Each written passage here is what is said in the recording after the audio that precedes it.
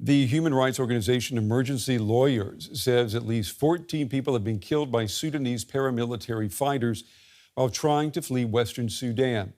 They were killed in the city of Elbashir in the Darfur region. It's the last major urban center still held by the army and its allies. A local administration installed by the insurgent rapid support forces had told people to move out, promising that they would be safe. The RFS has been fighting a civil war with the Sudanese army for more than 2 years. Around 1 million people are in Fasher and nearby displacement camps. Well, I'm joined now by Elbashir Idris, a Sudan analyst. Mr. Idris, it's good to have you with us. What more can you tell us about the situation on the ground right now in Fasher? Well, Fasher is currently the besieged city, or the last besieged city in North Darfur, belonging to the Sudanese armed forces and to the extension, the Sudanese people. As you've just said, there are over 2 million people still trapped within the city that doesn't have any aid or any kind of support reaching the city. Unfortunately, these kind of violations of at least 15 civilians being killed is what we've been seeing every day.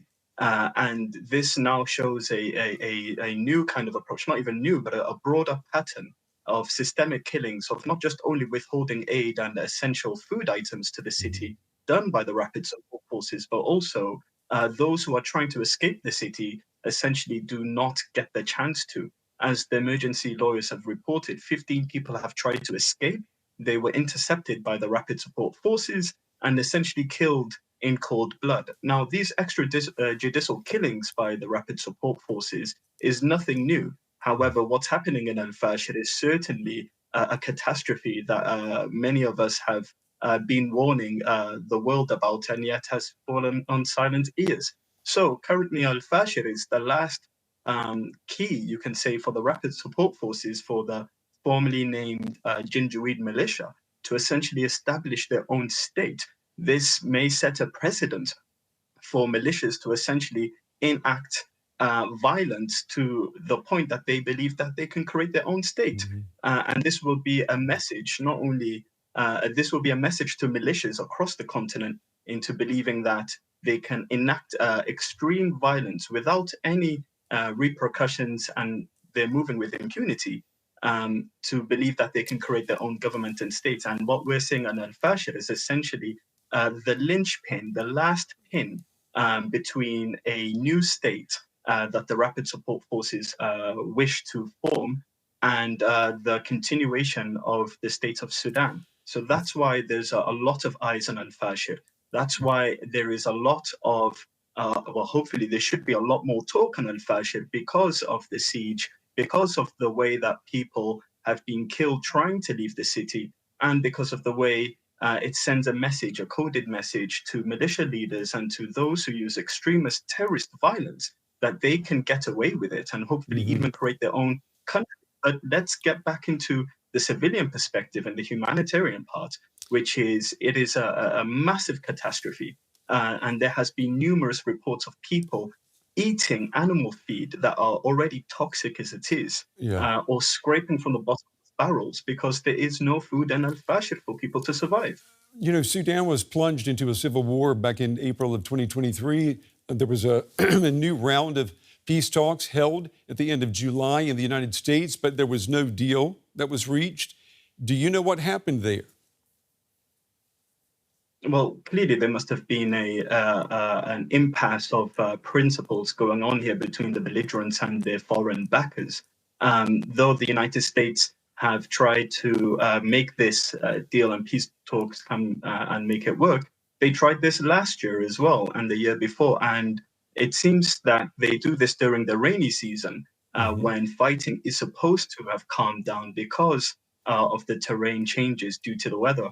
But now we're in the 21st century. There's drone warfare that continues within Sudan that supersedes any sort of peace talks. If there were any talks to happen today or within the next hour, drone warfare would change the battlefield, which would make the situation very difficult for negotiators to sit down, plan, and be able to concentrate on how to end this war. Well, what steps would you say could bring Sudan closer to peace now? Well, I would recommend that the first thing is to establish a safe corridor for humanitarians to be able to deliver aid within the city of Fasher and other places within Sudan. Just recently, Sudan has been classified as an IPCC level 5 famine, meaning that most of the country can't get the proper aid in. That in Darfur to the west, in Kordofan, in the center and south of the nation, so there needs to be humanitarian corridors to allow the respectful and respected organizations internationally and nationally to be able to go in and save lives. Also, there needs to be a humanitarian corridor for civilians to exit the country, or rather the cities as well, who are trapped and besieged. But also those who are funding the armed forces of the rapid support forces need to stop.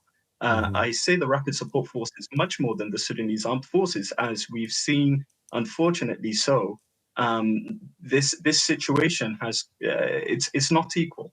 Right. The rapid support forces and the way they've handled themselves, especially after the dispersal of Zamzam camp, along with videos of foreign mercenary fighters. Just these past few days, Colombian fighters have been videoed and been spreading over social media.